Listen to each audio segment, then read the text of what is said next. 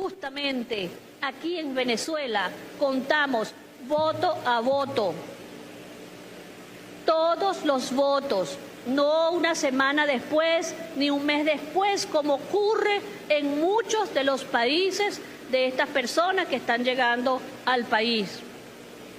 Nosotros lo hacemos el mismo día, se cuentan voto a voto. Y justamente hay muchas, pero una de las mejores partes de nuestro sistema electoral es que justamente por ser automatizado no contiene error humano. Nuestro escrutinio es automatizado y se cuenta voto a voto. Y al final se hace una auditoría. Para las personas que no lo saben, las venezolanas y los venezolanos sabemos lo que es una auditoría. Nosotros sabemos lo que significa la verificación ciudadana y las venezolanas y los venezolanos sabemos que lo que se verifica es un comprobante de voto porque el voto está a buen resguardo en la máquina de votación. Y nosotros hacemos esta verificación ciudadana con los comprobantes del voto y lo hacemos en el 53.6% para este proceso electoral.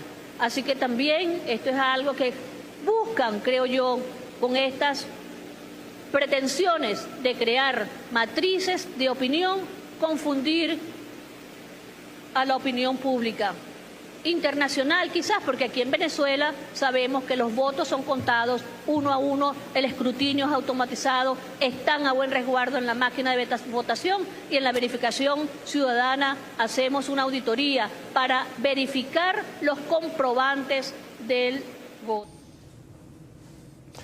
Hola, ¿qué tal? Era otra época y otro momento. Enrique Márquez estuvo en la reunión del Consejo Nacional Electoral, pero no firmó el acta. ¿Qué ocurrió? ¿Cuál fue el ambiente? Enrique, por favor, nárralo. Y las observaciones las conocemos, pero la reacción de Nicolás, la reacción de prácticamente toda la población fue impactante. ¿Qué nos puede decir, Enrique? Gracias. Gracias, amigo Leopoldo, gracias por la oportunidad.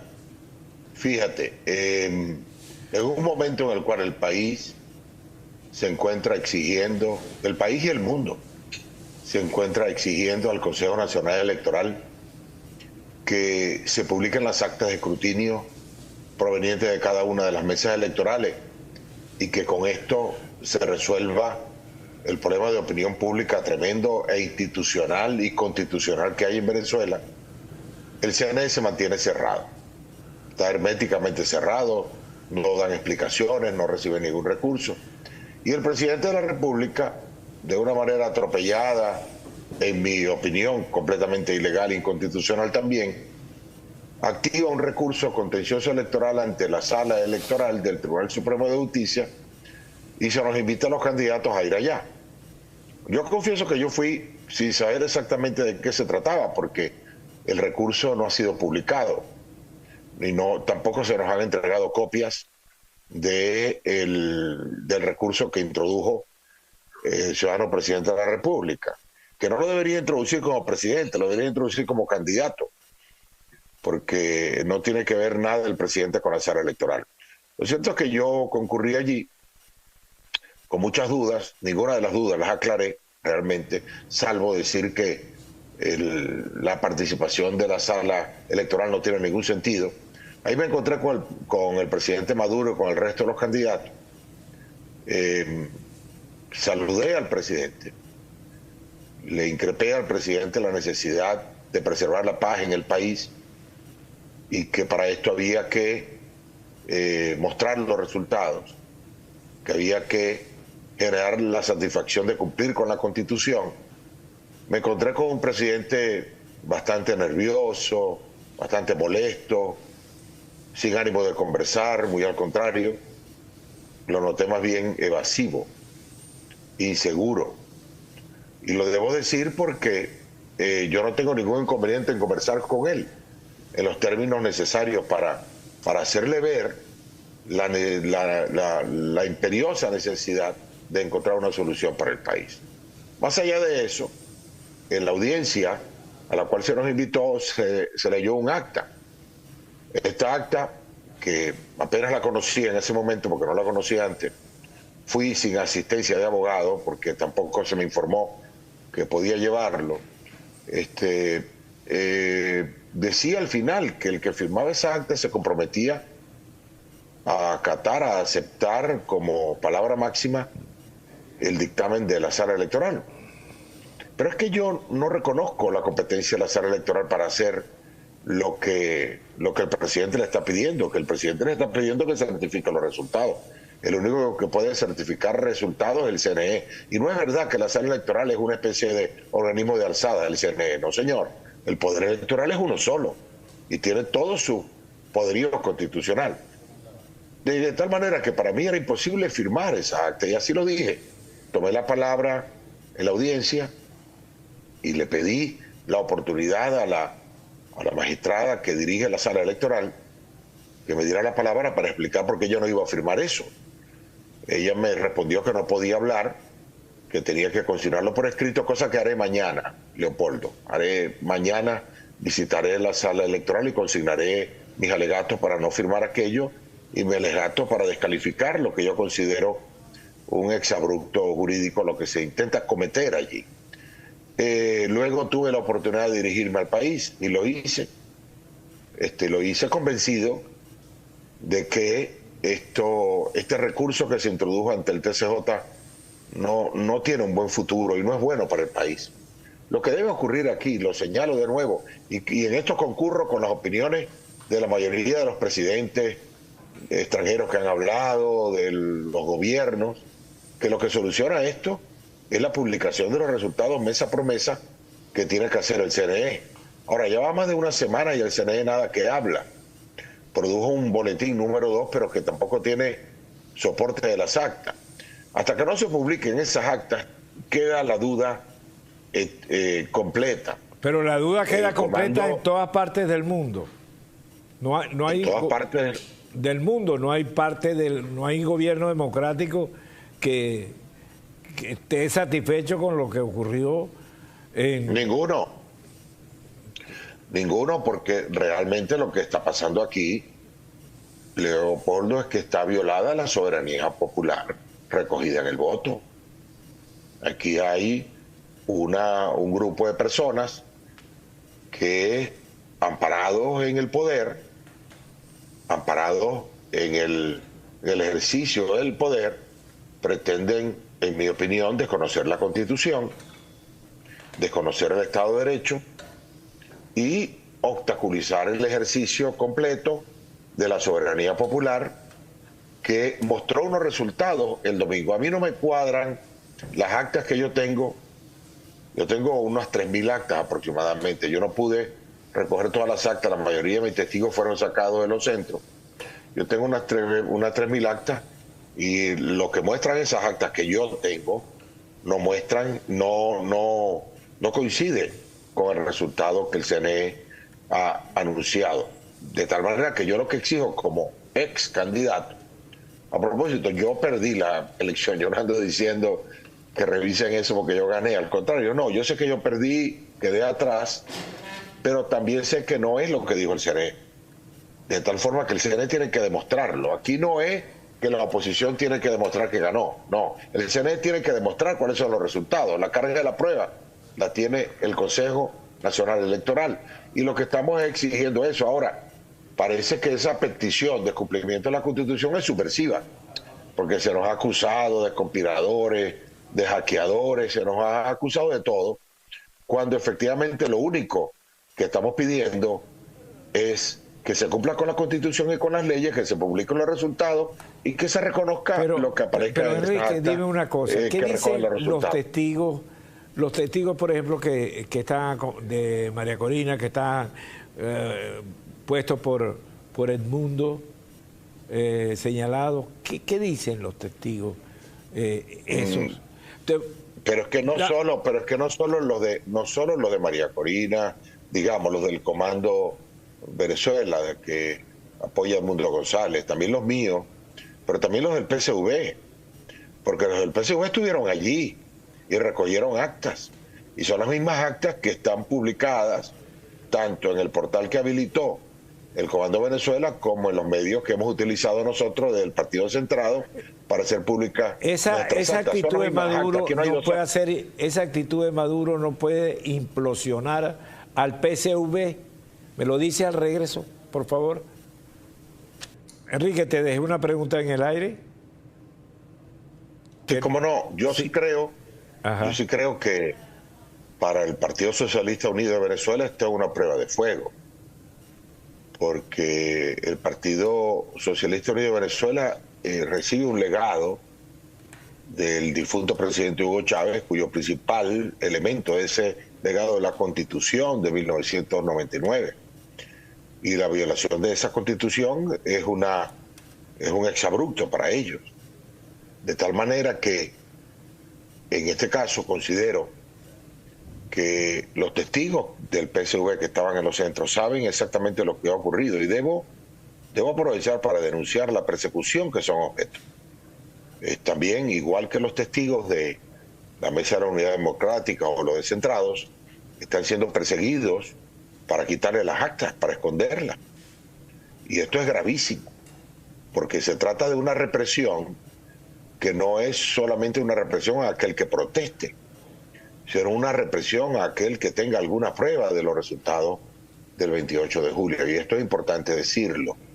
De tal manera que sí, yo considero que la posición asumida por el gobierno de Maduro le hace un daño irreparable a su propia opción política, a la del PSV, a la de sus aliados, porque nadie quiere vivir en un país donde el gobierno se soporte o se aguante sobre una violación de la Constitución y de la voluntad del pueblo. De tal manera que el llamado es muy sencillo. Exijamos todos, dentro y fuera del país, que el CNE publique los resultados e insistamos y hagamos la presión institucional necesaria para que esto pueda llevarse a efecto. Gracias, Enrique Márquez, por habernos concedido la entrevista. Muchas gracias, Enrique. Gracias a usted. Gracias, Leopoldo. Hasta luego. Saludos. Mientras tanto, veamos algunos de los acontecimientos que han ocurrido en el día de hoy y sobre todo como consecuencia de los últimos movimientos políticos. Tengo aquí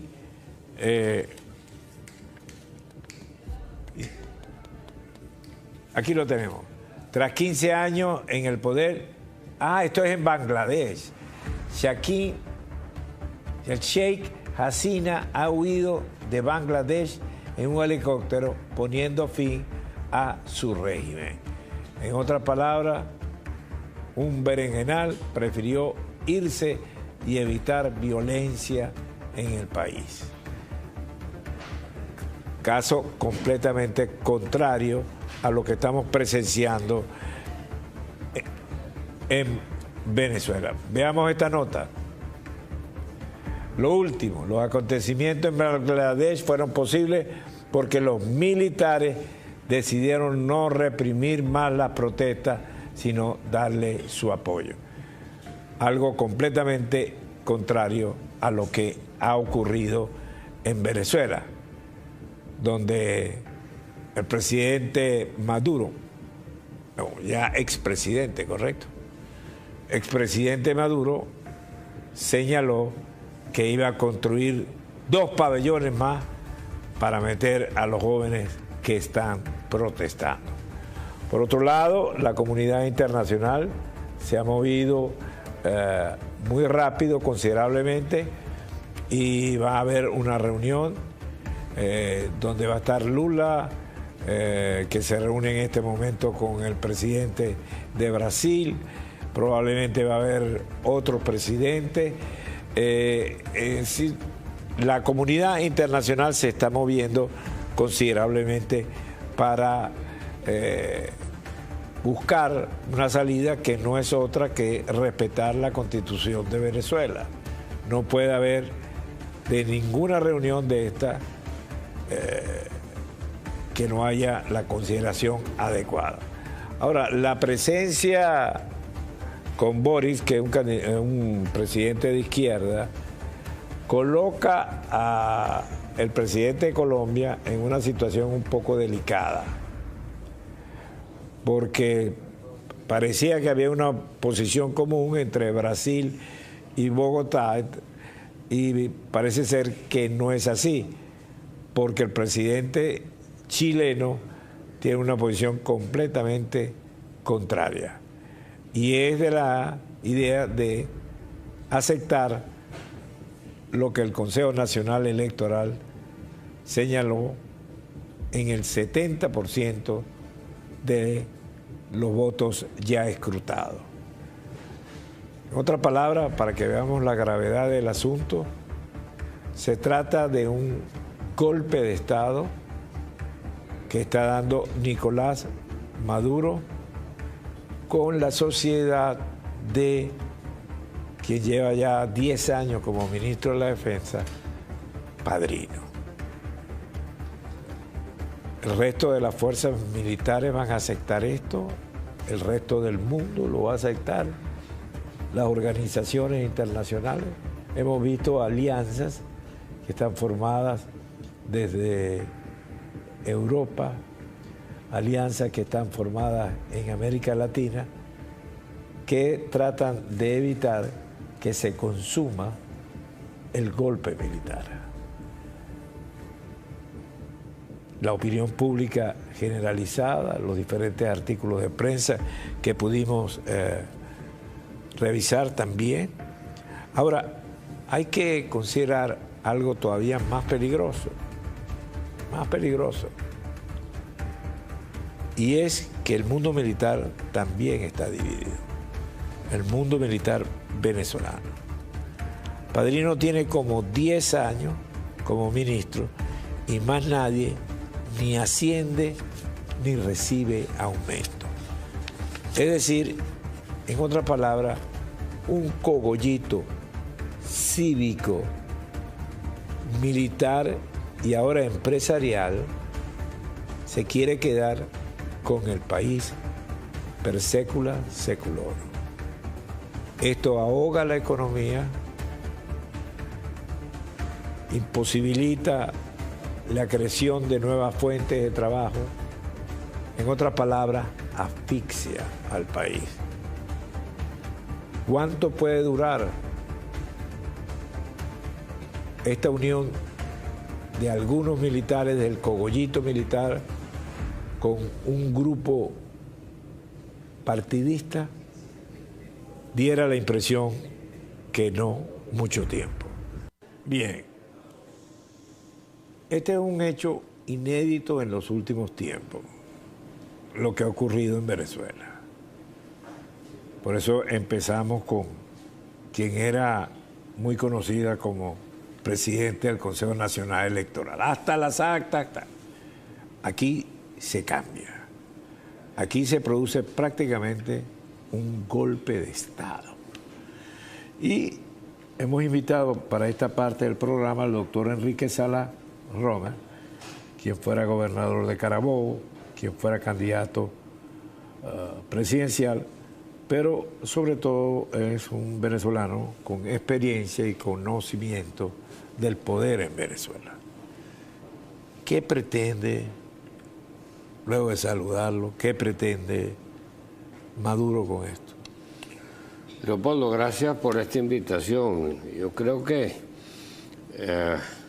en Puerto Cabello diríamos pancada de ahogado, ¿no? Es decir, echemos atrás el reloj a 1958. Pérez Jiménez hace un plebiscito el 2 de diciembre, que era la fecha clásica de... El plebiscito obviamente lo perdió, pero él dice haberlo ganado. Y comienza a cocinarse un malestar en las Fuerzas Armadas. A final de año hay un primer alzamiento de Hugo Trejo y Martín Parada en la aviación. Y eso sigue cocinándose dentro de las Fuerzas Armadas hasta que el 23 de enero, luego de alzarse la escuela militar, Pérez Jiménez decide tomar el avión y marcharse. Antes se había ido Pedro Estrada. Antes se había ido. 2 días antes. Sí. El retiro. Cuando fue en el Día del Padre, Enrique Fernando me entrevistó y yo le dije esta campaña la gana Edmundo González antes o después. Me preguntó por qué. Bueno, porque la dictadura no entrega el poder por voto y así ha ocurrido. En este caso se conocen los resultados ampliamente porque se tuvo la habilidad del equipo de María Corina Machado de reunir con cierta ayuda, como ella misma lo ha dicho, de los mismos chavistas del Plan República, reunir 80% de las actas, con lo cual mundialmente se sabe que ganó. Sin embargo, el proceso que yo anticipaba entonces es el mismo que anticipo ahora. Una etapa progresiva es decir, hay personas que piensan que el tiempo juega en contra nuestra. Yo digo que no.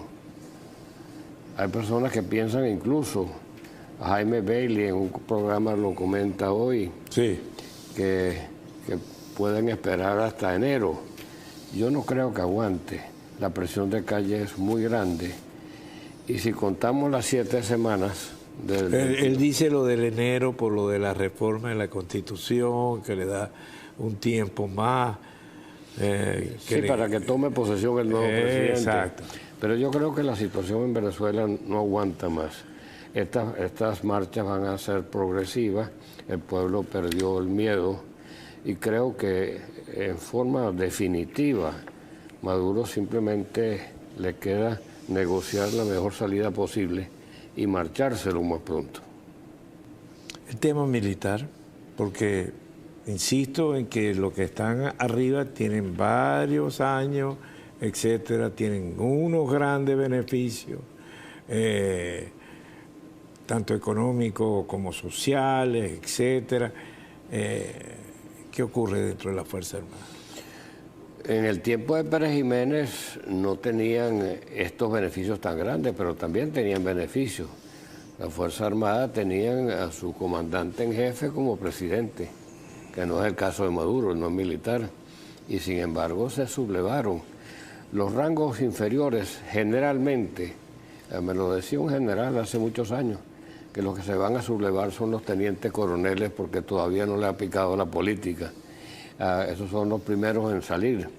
Pero creo que incluso en rangos superiores ya tienen suficiente dinero y a lo mejor prefieren negociar su salida también e incluirse en el círculo que Maduro con seguridad va a pedir a cambio de su renuncia. Ahora, hay mucha gente que no quiere que haya negociación, pero hemos perdido 17 personas. ¿Por qué seguir perdiendo más gente? Y las personas detenidas son golpeadas, etcétera. Tenemos muchas informaciones al respecto. La presión internacional es cada día más creciente. De eso quisiera hablar.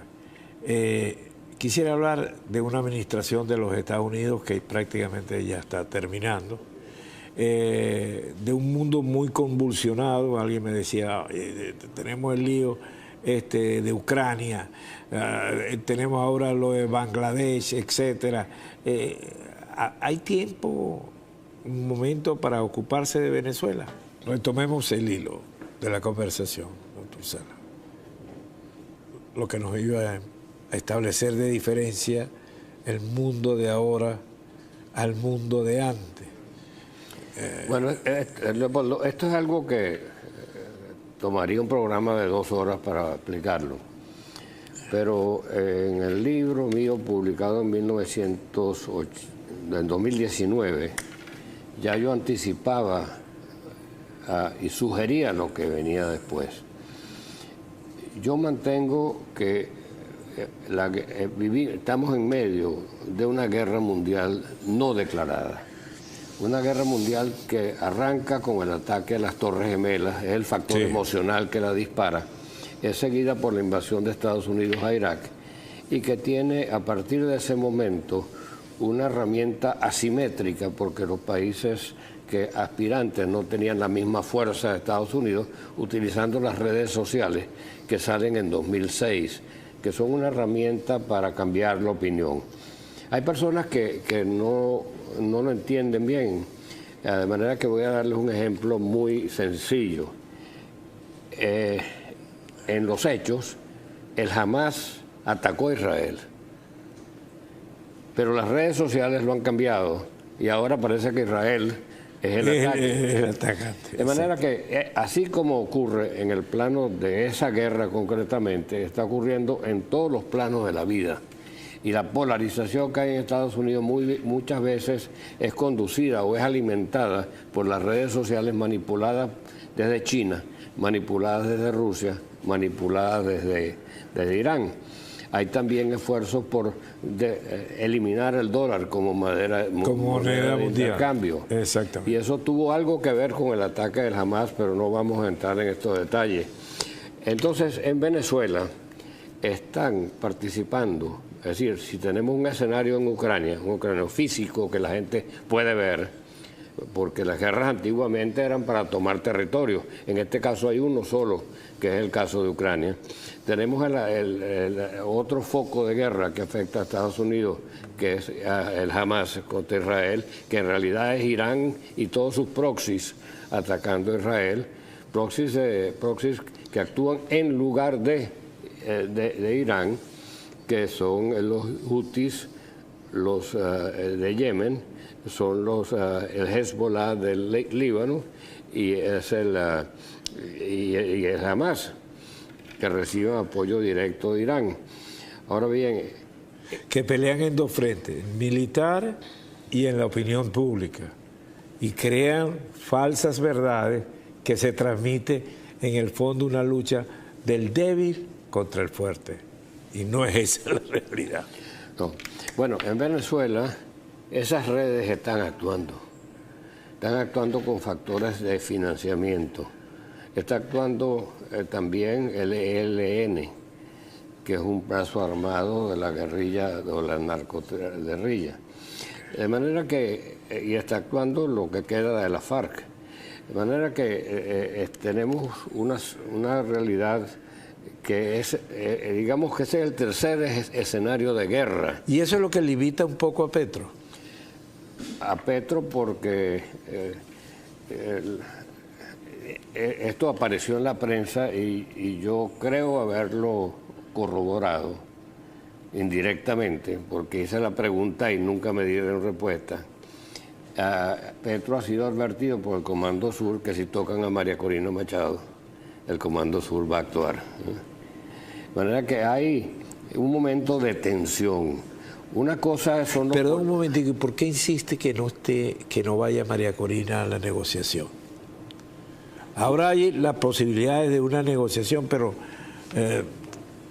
como idea de Miraflores, pero sin la presencia de María Corina. Bueno, pues María Corina es una mujer firme, una mujer que no cede, una mujer que se opera de acuerdo a los principios, pero sin embargo ella ha demostrado una gran habilidad política, una gran flexibilidad, y ella tiene que estar allí porque ella realmente es la encarnación de lo que podríamos llamar la oposición venezolana o el proceso que dirige Venezuela hacia la libertad.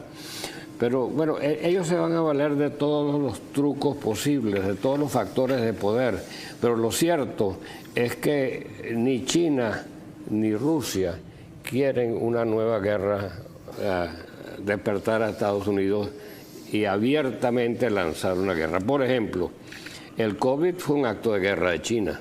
Exactamente. Es decir, lo pudo contener en la ciudad de Wuhan, pero permitió que recorriera el mundo entero. Sin embargo, Estados Unidos no puede decir que es un acto de guerra, porque eso nos llevaría a una guerra de dimensiones, de dimensiones que podrían incluso amenazar a la humanidad en su conjunto por la presencia de tantas bombas nucleares.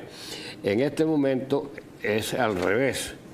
son los chinos y los rusos los que no pueden correr el riesgo de crear un nuevo conflicto con Estados Unidos y de frente con Estados Unidos. Doctor, yo sé que es muy difícil, pero ¿podríamos establecer un tiempo para que este conflicto... Máximo 60 días. Muchísimas gracias, doctor. 60 días, dijo Sala Roma. Y bueno, Karen Aranguibel nos acompaña en la recta final del programa. ¿Cuáles son las noticias? Ciudadano. Nos sigue sorprendiendo cómo se va moviendo el día porque la dinámica va cada vez mucho más rápido, ¿no? Y justo una de las cosas que hablaba usted con Enrique Márquez y también con el exgobernador de Carabobo, Salas Romer, era el tema de la situación de Venezuela, el miedo que hay en Venezuela y todos estos cuentos que no son tan cuentos, sino porque además de gente muy cercana nos han confirmado cómo han colocado alcabalas en varias ciudades, en donde no es que te piden los papeles del carro o van a ver si pagaste los trimestres, sino que te revisan el teléfono para ver si tienes algún mensaje que para ellos entra en esta ley de incitación al odio y todo lo demás. Pero alguien que había estado muy callado durante la semana pasada, y hablamos de las cosas que estaban pasando en el estado Zulia, es justamente el gobernador del estado Zulia, Manuel Rosales, pero hoy acaba de colocar un tuit y en donde vuelve él a hablar sobre el tema de las elecciones. Ahí lo tenemos. Transcurren horas decisivas que ameritan firmeza, madurez y altura política para la defensa de los resultados del 28 de julio. Que nada ni nadie perturbe este histórico esfuerzo para dilucidar tan delicada controversia. El trabajo responsable de la plataforma unitaria sigue enfocado en la búsqueda de una solución justa, pacífica y constitucional. Dice usted que Rosales y Márquez están de acuerdo en eso.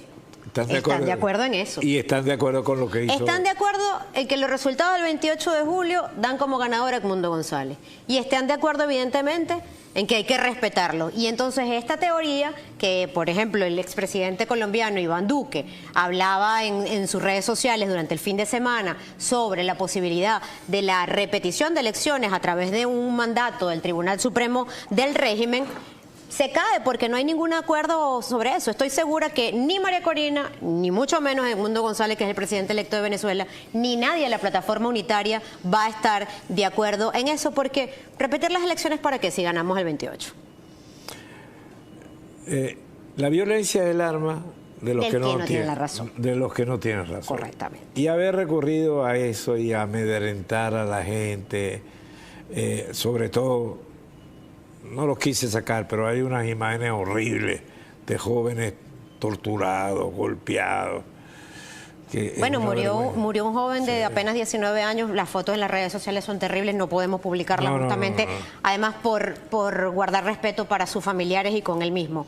Pero la situación es que sigue ocurriendo, siguen las desapariciones forzosas. Seguimos esperando, como lo decía Nerio más temprano, que salga un testimonio de Escarano, que está resguardado, pero también de Freddy Superlano, que ha sido secuestrado por el régimen y que no ha tenido la familia ningún contacto. Ya tiene 6 días, ciudadano. Roland Carreño fue nuevamente secuestrado por el régimen. ¿Por qué razón? Porque votó el 28 de julio, porque tuvo una opinión en las redes sociales para ello, y por eso Maduro decía el fin de semana hay que regular Instagram y TikTok, y salía vestido de militar. Exacto. Y Diosdado tuvo que salir corriendo el sábado a hacer un con el mazo de y después se disfrazó. Bueno, no, perdón. Tenemos la foto, María Fernanda, de ahí como todo un soldado. Ahí está, ¿ves? Ahí está, ¿ves? Ahí está. No, está. Porque eso es lo que buscan ellos. ¿Saben qué es lo que quieren? Ciudadanos, justamente que la gente le dé miedo, que están vestidos de militar, que están ahí montados con la Fuerza Armada. Eso... Pero y este está de polero, que... Bueno, no sé, ciudadano. Maduro. Yo lo único que le voy a decir es... ¡Qué papelote! Que lo que pasó en Bangladesh, que fue la noticia para comenzar el día de hoy, tenemos el video ahí de nuestras redes sociales. Evitó una catástrofe como la de Venezuela. Ciudadano, y además las imágenes de la gente montadas encima de aquella estatua dándole golpes en la cabeza nos recuerda muchas imágenes. ¿Se acuerda Hussein? Sí, cuando cayó Hussein. Claro. Ah, bueno, vamos a mostrar las imágenes porque Mire, la gente, eso es lo que demuestra es que cuando el pueblo se cansa no hay más nada que hacer. No importa todo lo que tú amenaces y todo el miedo que tú quieras infundir en la gente. Y los aliados se te voltean. Pero es que no hay remedio. No hay remedio. Ahora estamos esperando el pronunciamiento de Lula, quien está en Chile, como usted lo decía. Ahí está, mire. Ahí está, mire eso. Puki. Pues Cualquier parecido con la realidad es pura coincidencia. Pero bueno, ciudadanos, además de eso, lo que está pasando en Chile, recuerda además, mire usted, mire cómo salió el pueblo.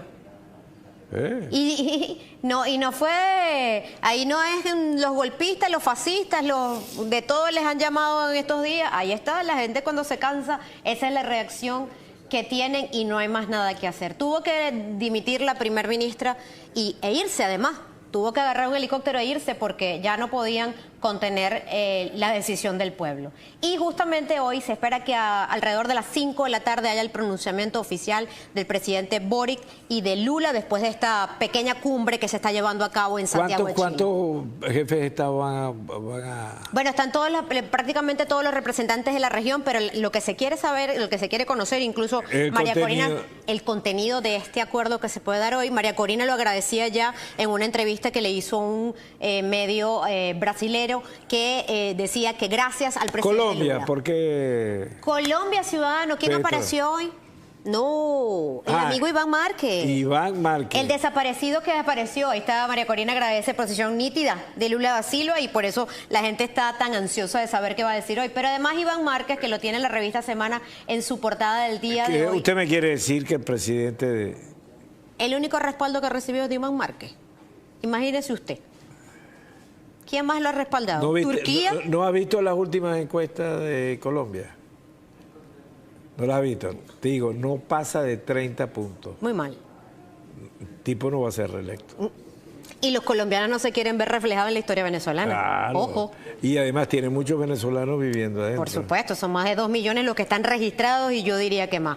Pero fíjese que yo creo que el tema Venezuela va a seguir siendo noticia durante todo el día de hoy, porque además ya hay países como Chile y Panamá que están hablando de cómo manejar la crisis migratoria que se espera para los próximos días. Y en campaña electoral aquí. Sí, señor. Eso va a entrar aquí. Estoy segura que sí. Nos vamos. Tulio Álvarez, profesor titular de la Universidad Central de Venezuela, miembro del Instituto de Investigaciones Jurídicas de la Universidad Católica Andrés Bello, jefe de la Cátedra de Derecho Constitucional de la Universidad Central en Venezuela, está con nosotros. Mi querido profesor, muy buena tarde, gracias por acompañarnos. Bueno, encantado de estar contigo conversando esos temas. Temas importantes, trascendentes, y creo que después de ver una panorámica con relación a la garantía, lo primero es preguntarle cómo se vive en un país donde las garantías, los derechos no existen para los ciudadanos. Un país donde el marco legal no ampara a nadie. Bueno, la respuesta es muy simple. Aquí tenemos en Venezuela casi 30 millones de personas que pueden ser testigos de esta situación. Se vive bajo sospecha, se vive en una situación insoportable en cuanto a que no existen garantías judiciales y se vive en la práctica sin derechos, porque al no existir garantías, aunque los derechos estén consagrados, no se pueden ejercer. Una manera simple y concreta de saber cómo se vive en Venezuela. Ahora, a ver, si no hay derechos, es decir, ¿estamos a merced de quién? ¿A merced de qué? Bueno, estamos a merced del poder absoluto de quien lo ejerza. Ahora, si quien lo ejerce son mafias delincuenciales, si quien lo ejerce son grupos armados que no tienen ningún control, si quien lo ejerce no tiene ningún respeto por la institucionalidad, entonces estamos en una situación en la cual ese camino, ese diseño constitucional, que es muy simple, la Constitución y los tratados internacionales establecen los derechos y la Constitución establece mecanismos internos de protección de esos derechos, porque el derecho como tal no lo crea el Estado, el derecho existe por la dignidad humana. lo que hace el Estado es garantizar el ejercicio de esos derechos a través de mecanismos judiciales. Pero cuando tú estás en el ámbito venezolano sin poder judicial, porque el problema de Venezuela es que no hay un juez simplemente que dicte un amparo constitucional, que dicte una decisión justa, dirigida a proteger esos derechos individuales de los ciudadanos. Al no existir el juez, esa tiranía judicial que aparte se convierte en protagonista. ¿Qué significa protagonista? Que la tiranía judicial sirve de escenario para resolverle los problemas al régimen. Por eso es que se acude en una situación bien difícil para el régimen al Tribunal Supremo de Justicia, primero a la Sala Electoral y seguramente después a la Sala Constitucional, para que le enmienden la plana, es decir, para que los protejan. Y fíjate tú qué interesante, los que deberían ser los encargados de defender esos derechos son los que hicieron el diseño, para poner un ejemplo solamente en lo electoral. 1, de las inhabilitaciones. 2, de la intervención de los partidos políticos. 3, de cómo esos partidos fueron sustituidos legítimamente de sus autoridades para que postularan a las personas, que en este caso fue el candidato presidencial del oficialismo, y no tuvieran otras opciones. Y finalmente controlan absolutamente el Consejo Nacional Electoral. Entonces, ese Poder Judicial, que es el que debería defender los derechos, es todo lo contrario y va más allá, es el que marca la pauta para la violación de los derechos con los diseños judiciales. Entonces, la respuesta es muy obvia. No estamos solamente ante un autoritarismo que se desarrolla como dictadura, sino estamos en una situación de tiranía judicial. Es decir, profesor, quienes tendrían que garantizar el debido proceso son los que están garantizando exactamente lo contrario. Es decir, son los encargados de desmontar la legalidad o construir una nueva arquitectura que le dé visos de legalidad a los abusos que vivimos. Es que ya eso no se lo creo a nadie, porque, por ejemplo, yo soy jefe de la Cátedra de Derecho Constitucional de la UCB y nosotros hemos sacado puntualmente una serie de pronunciamientos. Uno de ellos, hace 3 años, estaba dirigido a explicar qué es una tiranía judicial, cuando a través del Tribunal Supremo de Justicia se determinó, fíjate tú, algo tan insólito desde una perspectiva internacional, el desacato de la Asamblea Nacional. La Asamblea Nacional representa a la nación, tiene la legitimidad de la nación y había sido recién electa. En el año 2015 fue recién electa.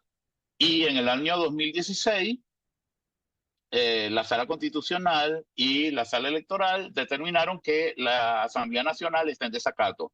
Es decir, alguien que no eligió al Tribunal Supremo, ni siquiera lo eligieron de acuerdo a los parámetros constitucionales, determina que la voluntad popular vale menos que una sentencia que ellos dictan.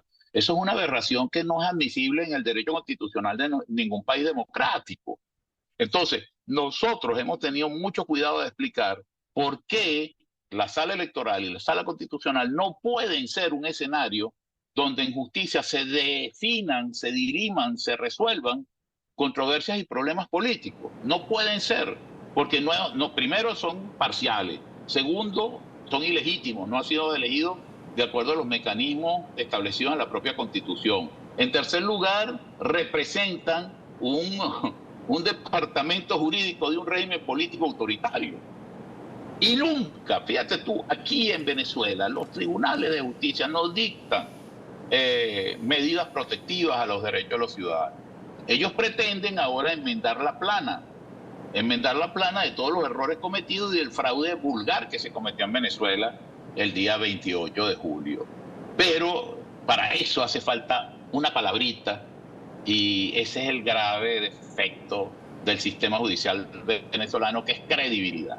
No tiene ni credibilidad en lo interno y mucho menos en lo externo. Fíjate que grupos que no se pueden calificar de que hayan apoyado anteriormente a los factores democráticos venezolanos, como hasta el Centro Carter, que siempre tuvo una actitud de ocultar en cierta forma la manipulación de los procesos electorales en Venezuela, se pronunció primero diciendo que esto no era una elección, pero lo más interesante de todo esto es que antes de que se lo preguntaran dijo, y el Tribunal Supremo de Justicia no solamente que no tiene competencia para sustituir al Consejo Nacional Electoral en la totalización y proclamación de candidatos, sino que aparte no representa una institución imparcial. Es decir, es el mismo régimen, son las mismas caras. ¿Cuál es el destino de los ciudadanos en una circunstancia como esta?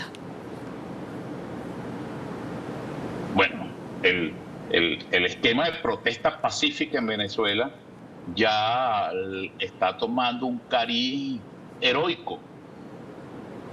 Porque en Venezuela salir a la calle a protestar es un acto de heroicismo. En Venezuela, opinar es un acto de heroicismo. Enfrentarse a este desorden establecido implica un altísimo riesgo, no solamente el ejercicio de tus derechos, sino algo que va inclusive vinculado a lo más sagrado, que es la libertad y la vida.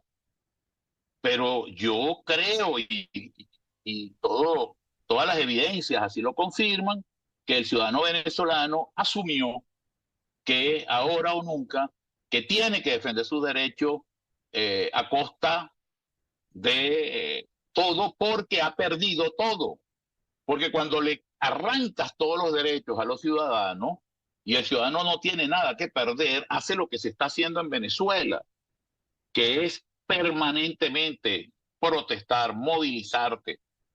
Ya este régimen político, lo que le quedan son una mínima, una muy pequeña apoyo popular.